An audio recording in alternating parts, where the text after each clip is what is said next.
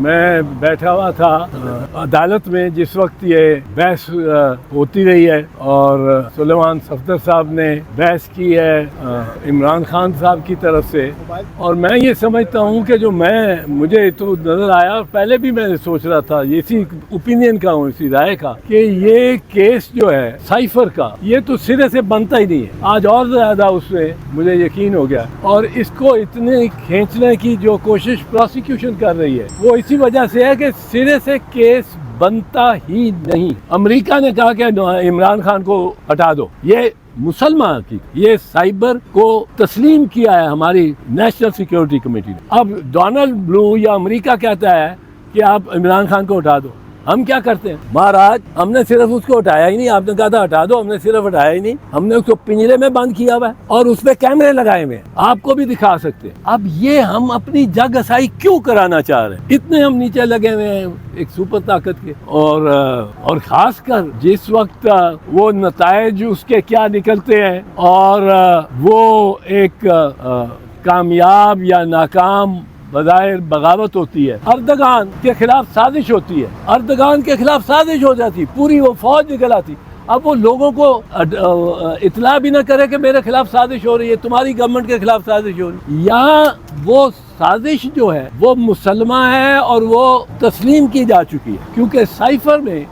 جس میں یہ کہا گیا ہے، اسد مجید امبیسڈر کو یہ ڈونلڈ لو کہتا ہے کہ آپ اگر تو کل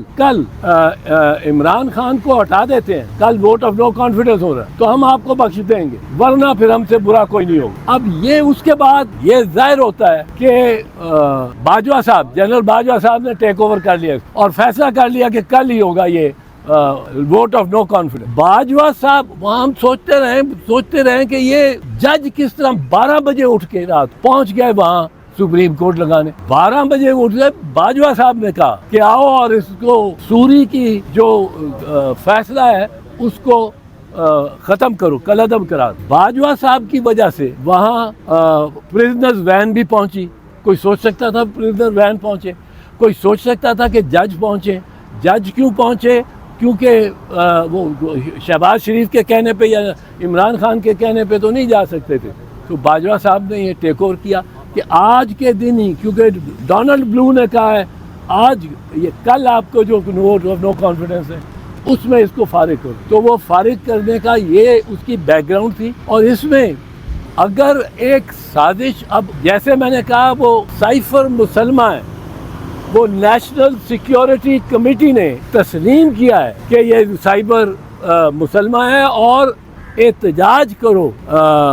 امریکنوں سے کہ آپ یہ کیوں مداخلت کر رہے ہیں۔ اس کمیٹی نے بھی، جس کی صدارت شہباز شریف کر رہا تھا، اس نیشنل سیکیورٹی کمیٹی نے بھی کہا کہ احتجاج ہونا چاہیے۔ اور یعنی جو سائفر میں کہا گیا تھا، رپورٹ کیا تھا اسد مجید نے حکومت کو، وہ واقعتاً ڈونلڈ لو نے کہا، اور وہ پیغام بھیجا تھا پاکستان کی حکومت۔ وہ ایسا پیغام تھا جس میں مداخلت ایک سپر پاور کر رہی تھی ہماری حکومت میں، اور وہ کہ اس کو ہٹاؤ۔ اب جب یہ ایک سپر پاور اس قسم کا پیغام دیتی ہے اور پرائم منسٹر کو پتہ لگتا ہے، تو پرائم منسٹر کا یہ فرض ہے، میں کہتا ہوں، کہ وہ قوم کو اعتماد میں لے۔ ایسی بڑی سازش اور قوم کو اعتماد میں نہ لیا جائے، یہ ممکن نہیں، یہ ٹھیک نہیں ہے۔ نواز شریف دیکھیں کئی مرتبہ کہہ چکا ہے کہ مجھے بل کلنٹن کا فون آیا، یہ تو اسد مجید سے فارن سیکرٹری کو گیا، وہ کہتا ہے مجھے بل کلنٹن کا فون آیا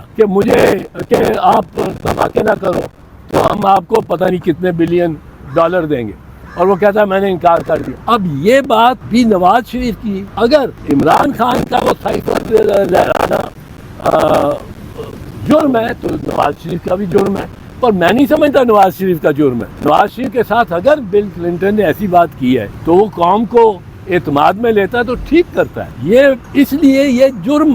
بنتا ہی نہیں۔ اور پتہ نہیں کیوں پروسیکیوشن اس پہ اتنی زیادہ اہمیت دے رہی ہے کہ ہم بڑے سازش پکڑی گئی ہے۔ یہ اس میں جو ہماری جگ اسائی ہوگی وہ میں آپ کو بتا دوں، پر جس وقت فلسطینی اتنے جگرا دکھا رہے ہیں، میں ان کی وزڈم پہ بات نہیں کر رہا ہوں، کیونکہ پتہ نہیں آخرکار اسرائیل نے بھی اس کو فلیٹ کر دینے کا فیصلہ کر لیا ہوا ہے، اور جو جبر اور ظلم وہ کر رہا ہے اس وقت، اس کی انتہا نہیں، اس کی کوئی مثال نہیں ملتی۔ پر اب ہم ایک طرف فلسطین جیسے مسلمان ہیں، ایک طرف ہم جیسے ہیں، کہ آپ نے کہا تھا کہ اس کو ہٹا دو، ہم نے جناب اس کو پنجرے میں بھی بند کیا، اس کو چلنے پھرنے چہل پہل کی بھی جگہ نہیں دیتے، اور اس کو اس پہ کیمرے بھی لگا دیے، اس کی ہر حرکت 24 گھنٹے وہ آپ کے سامنے ہم پیش کرتے۔ چوہدری صاحب بتائیے گا کہ یہ جو سائفر ہے، پی ڈی ایم کہتی تھی کہ جعلی کاغذ کا ٹکڑا ہے اور چھپایا، اب سائفر جو ہے وہ ثابت ہو گیا کہ یہ سائفر ہے، تو اس میں جن لوگ یہ شامل تھے کیا ان کے خلاف غداری کا مقدمہ نہیں چلنا چاہیے؟ نہیں، پہلی تو بات یہ ہے کہ جہاں تک سائفر ہے، اس کو جب یہ ریکگنائز کر لیا تو پھر یہ عمران خان کے خلاف کوئی جرم نہیں بنتا۔ میں اس کو بتاتا ہوں ایک دفعہ، اور یہ اوتھ دیکھ لیں، یہ واحد اتھارٹی ہے سب سے اعلیٰ وزیر اعظم کے پاس۔ اگر وزراء نے بھی اگر کوئی بیان بتانا ہے تو وزیر اعظم ان کے حلف میں لکھا ہے کہ وزیر اعظم کی اجازت سے کریں، تو وزیر اعظم واحد وہ اتھارٹی ہے جو اس کو اوپن کر سکتے۔ اب وزیر اعظم نے جب اوپن کر دیا، اس میں کابینہ کی بھی ضرورت نہیں ہے، کابینہ سے وہ مصطفیٰ امپیکس کا کیس نہیں لگے گا، کیونکہ یہ میں اگر وزیر اعظم ہوں، میرے پاس وہ آیا خفیہ دستاویز، میں شاید ساری کابینہ سے وہ ہے ہی سینسٹیو، میں نہیں شیئر کرنا چاہتا، میں 4-5 وزیروں کے ساتھ شیئر کرنا چاہتا، تو اس میں کابینہ بھی نہیں آ سکتی، مصطفیٰ امپیکس کا کیس نہیں لگ سکتا۔ یہ واحد پرائم منسٹر کا اختیار ہے، اور پرائم منسٹر نے ایک دفعہ اس کو اوپن کر دیا تو بھلے اس کی کوئی کاپی گمی نہیں گمی، بھلے اس کی کسی اخبار نے، اس کی 2 وجوہات آپ کو میں بتا دوں۔ پہلی یہ ہے کہ جس روز یہ سائفر اگر ملزم، اگر الزام ہے، اگر اس پہ اگر کوئی جرم ہوا ہے، تو جس روز یہ سائفر لہرایا گیا ہے اس روز یہ قانون میں ترمیم نہیں آئی ہوئی۔ قانون میں ترمیم نہ ہو تو پچھلے قانون کے تحت اس کو پرکھا جا سکتا، اس میں ریٹینشن آف دی سائفر یہ جرم ہی نہیں ہے، اس سے پہلے یہ جرم ایڈ کیا گیا ہے اگست 2023۔ اب جب کوئی جرم ہو یا جب کوئی آدمی، کوئی شخص کوئی کام کرے، کوئی قید و واردات کرے یا کوئی بھی عمل کرے، اور اس روز وہ عمل قابل دستاندازی پولیس بھی نہ ہو، قابل دستاندازی قانون بھی نہ ہو، وہ اس روز وہ ایک معصوم ایکشن ہو، عمل ہو، تو اس کو بعد میں قانون سے غیر آئینی، غیر قانونی ڈکلیئر کر کے قرار دے کر اس کو مؤثر بازی جرم نہیں بنایا جا سکتا۔ ایک مبینہ واردات آپ اس کو جرم نہیں بنا سکتے، تو اس پہ ہی ختم ہو جاتا ہے معاملہ۔ لیکن دوسرا ایک اور ہے، اور بڑا اہم پوائنٹ، کہ جو وزیر اعظم ہے اس کو وہ آئین کے تحت حلف لیتا ہے۔ آئین میں حلف جو ہے وہ یہ ڈسکرائب کرتا ہے، یہ ایکسپلین کرتا ہے کہ اس کی ذمہ داری کیا ہے اور اس کا اختیار کیا ہے۔ وہ اپنے حلف کے تحت وزیر اعظم حلف لیتا ہے کہ میں یہ قرار کرتا ہوں کہ